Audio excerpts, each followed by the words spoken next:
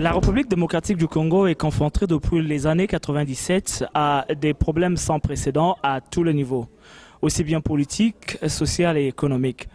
La diaspora congolaise, qui n'est pas sourde à tout ce qui se passe dans ce pays, s'organise tant bien qu'elle peut et essaie de réfléchir afin d'apporter des solutions aux problèmes des Congolais. C'est donc dans ce cadre que une ONG dénommée Restore Life de Galesburg a bien voulu organiser ce samedi 19 juillet 2014 une journée de réflexion ou encore une conférence débat dont le thème a été la diaspora congolaise face aux enjeux du développement et de paix en RDC. Cette conférence débat qui est la première édition, ceci à l'occasion du 54e anniversaire de l'indépendance du Congo, mais aussi et surtout en guise de sortie officielle, si je m'abuse.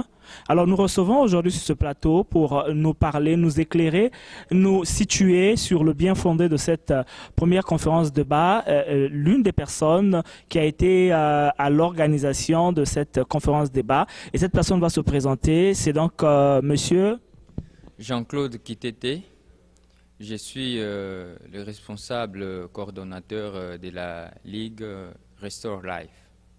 Monsieur Jean-Pierre Kitete, la première question qui m'arrive à l'esprit est celle de savoir pourquoi avoir dénommé votre plateforme ou encore votre ONG Restore Life, ce qui veut dire en français restaurer de vie ou encore ramener des vies. Pourquoi donc l'avoir dénommé ainsi? Oui, merci monsieur le journaliste. Nous pensons que la vie au Congo, nous qui sommes Congolais, nous parlons bien de nous qui sommes Congolais, la vie au Congo est presque disloquée, la vie nationale, la vie de famille, la vie même des entités politiques, administratives, économiques, tout est presque au chaos. C'est pourquoi nous disons, nous voulons restaurer cette vie, remettre le Congolais dans la peau de la vie qui doit être la leur. Mais à vous entendre parler, vous dressez un tableau bien sombre de ce qui se passe actuellement au Congo démocratique. Si cela est le cas, quels sont donc en fin de compte les objectifs ou les visions de votre ONG que vous avez mise en place et comment pensez-vous vous y prendre pour changer la vie de ces Congolais qui est dans un état piteux comme vous l'aviez si bien décrit? Oui, de façon succincte, je dirais que notre ONG a de façon globale une vision de la solidarité internationale entre Congolais. Une solidarité internationale pour les Congolais qui sont au niveau du pays et ceux qui sont à l'extérieur du pays. Donc nous qui sommes en diaspora. Donc une solidarité internationale. Vous parlez de solidarité internationale. Je vous ai tantôt dit que le tableau dépeint par vous dans votre introduction a été des plus sombres et ça fait vraiment mal au dos, ça fait froid au dos lorsque l'on vous entend dresser le tableau du Congo comme étant en déséquilibre. Mais quels sont les actes ou la vision, bien que vous parlez d'unité, de diaspora unie, mais comment comptez-vous vous y prendre pour que le Congolais qui habite au Congo, Kinshasa, puisse voir sa vie du jour au lendemain changer? Oui, d'abord, nous avons voulu commencer par cette action. C'est cette action de sensibilisation à travers les conférences débats que nous avons entamées aujourd'hui, qui en est la première. Nous pensons qu'à travers ces actions de sensibilisation, ces actions de conscientisation de la population congolaise en diaspora, d'abord ici aux États-Unis, nous pouvons arriver à monter des stratégies, à monter des projets qui peuvent profiter à la population congolaise au pays. Vous êtes la diaspora vivant aux États-Unis. Les problèmes des Congolais se trouvent au Congo-Kinshasa.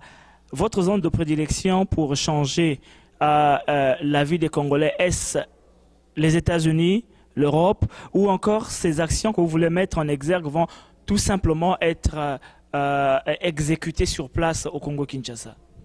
Je pense que nous avons une ambition d'abord internationale, mais avant, le plus grand voyage commence par le premier pas. Avant que nous allions à l'international ou avant que nous rentrions au pays, nous voulons d'abord commencer par organiser les consciences ici. Nous voulons commencer par nous organiser nous-mêmes Congolais en diaspora parce que nous avons des idées éparpillées, des idées parsemées ci et là.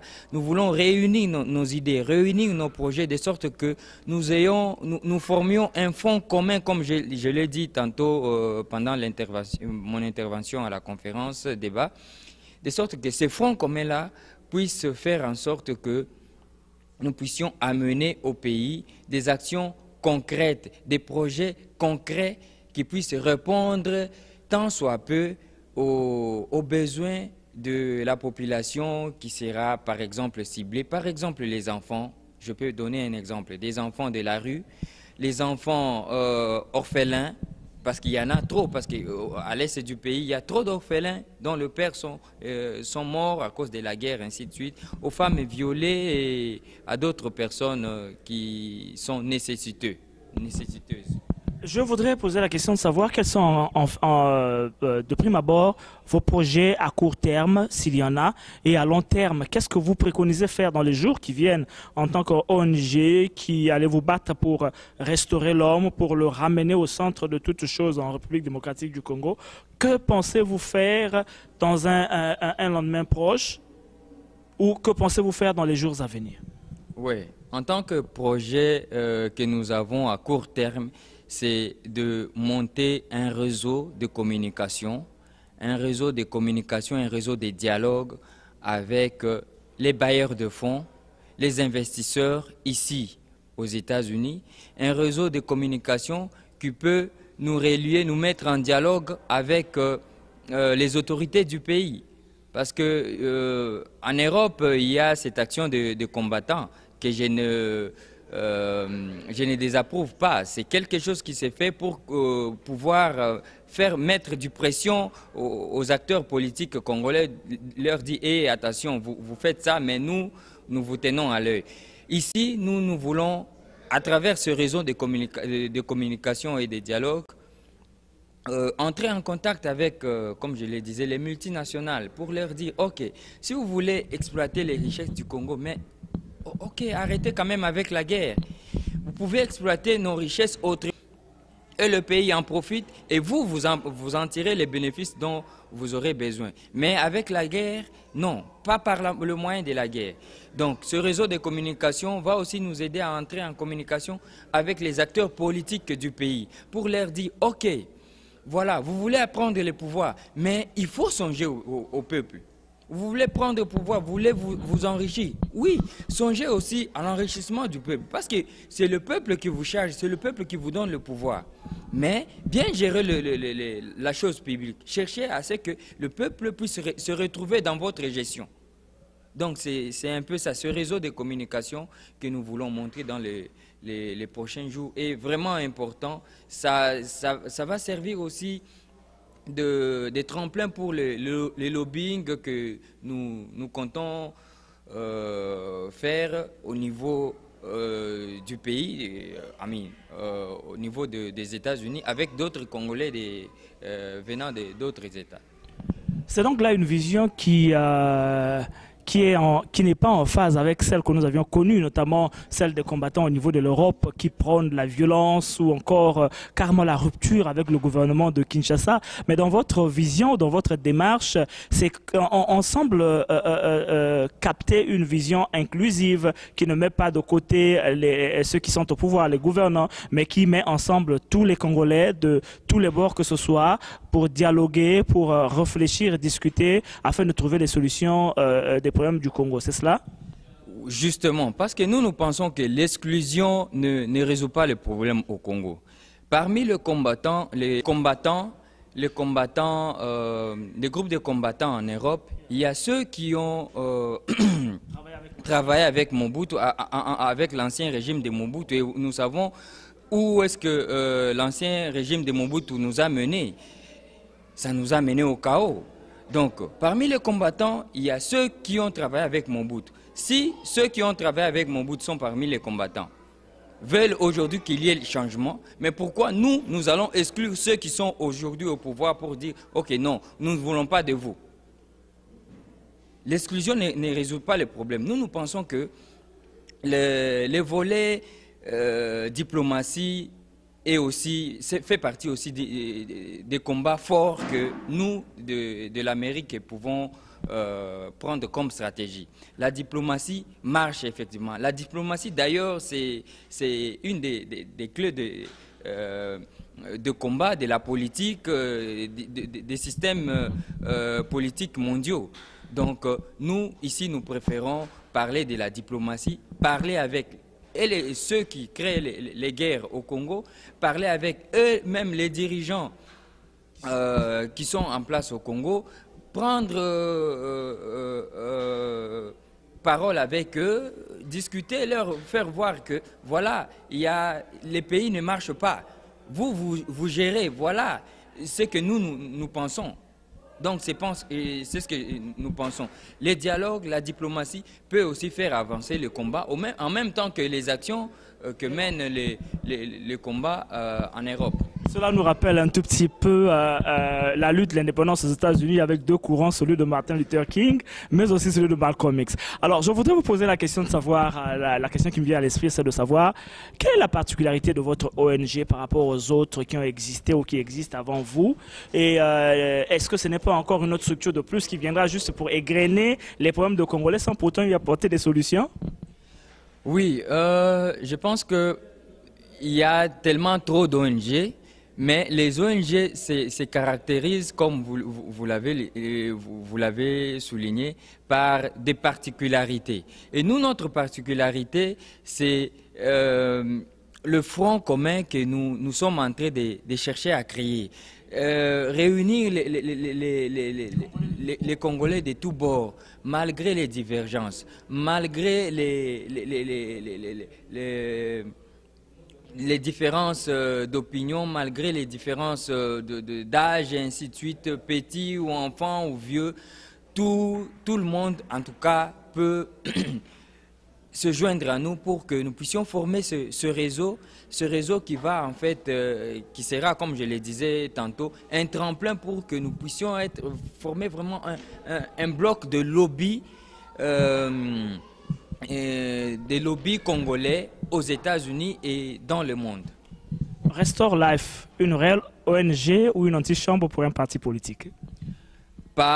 Ce n'est pas une partie politique, ce n'est pas une antichambre pour un parti politique, mais en fait, Restore Life, ce n'est que, comment on dit, une forme de réflexion sur ce qui ne va pas au Congo. Cela inclut tous les Congolais. Qu'on soit politicien, qu'on ne soit pas politicien, qu'on soit non politicien, qu'on soit religieux, qu'on ne soit non religieux, tout le monde laïque, tout le monde en tout cas. Tout le monde est la bienvenue au niveau de Restore Life, pour peu que chacun apporte le meilleur de lui-même. Chacun apporte les meilleures idées pour que le Congo puisse enfin démarrer. Parce qu'on en a tellement mal à voir le Congo patiner, sombrer. C'est vraiment marre. Et tout le monde nous dit, mais vous Congolais, vous parlez, vous faites ceci, vous festoyez votre pays, ça ne marche pas. Donc c'est le moment pour nous. Nous pensons que c'est vraiment le moment opportun. L'occasion nous est donnée pour que nous puissions, en tout cas, tourner la page pour le Congo. Que nous puissions donner au Congo une nouvelle image sur le plan international. Le Congo, ce n'est pas seulement la guerre. Quand on parle aujourd'hui du Congo, on voit la corruption, les viols, les massacres, la guerre, alors qu'il n'y a pas que ça. On peut aussi tourner la page pour dire, voilà, le Congo, ce n'est pas seulement ça, voilà, le Congo prenne quand même conscience, les Congolais prennent quand même conscience pour que l'image de leur pays soit déployée de façon, comment dire, positive au niveau international. Monsieur Jean-Claude, merci de nous avoir invités. Mais avant de clore cet entretien, un mot de fin à tous ceux qui vous suivent sur www.congostate.com. Je pense que ce que je pourrais dire à tous les autres Congolais, surtout des États-Unis, de partout dans les 52 États, c'est qu'ils puissent nous rejoindre dans le combat, ce combat de dialogue, ce combat de la diplomatie que nous sommes en train de mener. Parce que ce n'est pas seulement le combat, la lutte armée qui peut renverser les pouvoirs, ce n'est pas seulement le combat des combattants qui peut faire en sorte que les choses changent, mais je pense que le combat de la diplomatie peut aussi ouvrir des brèches pour que demain, le Congo se retrouve d'abord en paix, les Congolais et le Congo se retrouvent en paix et que demain, le développement du Congo commence à s'éclore, que l'on puisse commencer à voir le jour. Donc c'est simplement cet appel sympathique que je lance à tous les Congolais en diaspora ici aux États-Unis et à tous les autres Congolais de par le monde, qu'ils puissent vraiment s'unir, vraiment chercher à ce que nous puissions trouver une solution à notre pays, parce que trop, c'est trop. Trop, c'est trop. Voilà le mot de fin de M. Jean-Claude, qui est le coordonnateur de cette structure qui est Restore Life. Une structure qui se veut inclusive, une structure au service des Congolais, une structure pour permettre aux Congolais de retrouver leur dignité à l'international. Je vous ai tantôt dit que Restore Life se présente comme étant un oasis dans le désert pour apporter de l'eau à ceux-là qui n'en ont pas. Alors, merci une fois de plus d'avoir été câblé, scotché à www.congo7.com. C'était bien sûr Guy Marcian Zamba Boulingi depuis Galsberg, Illinois. Merci et à très bientôt.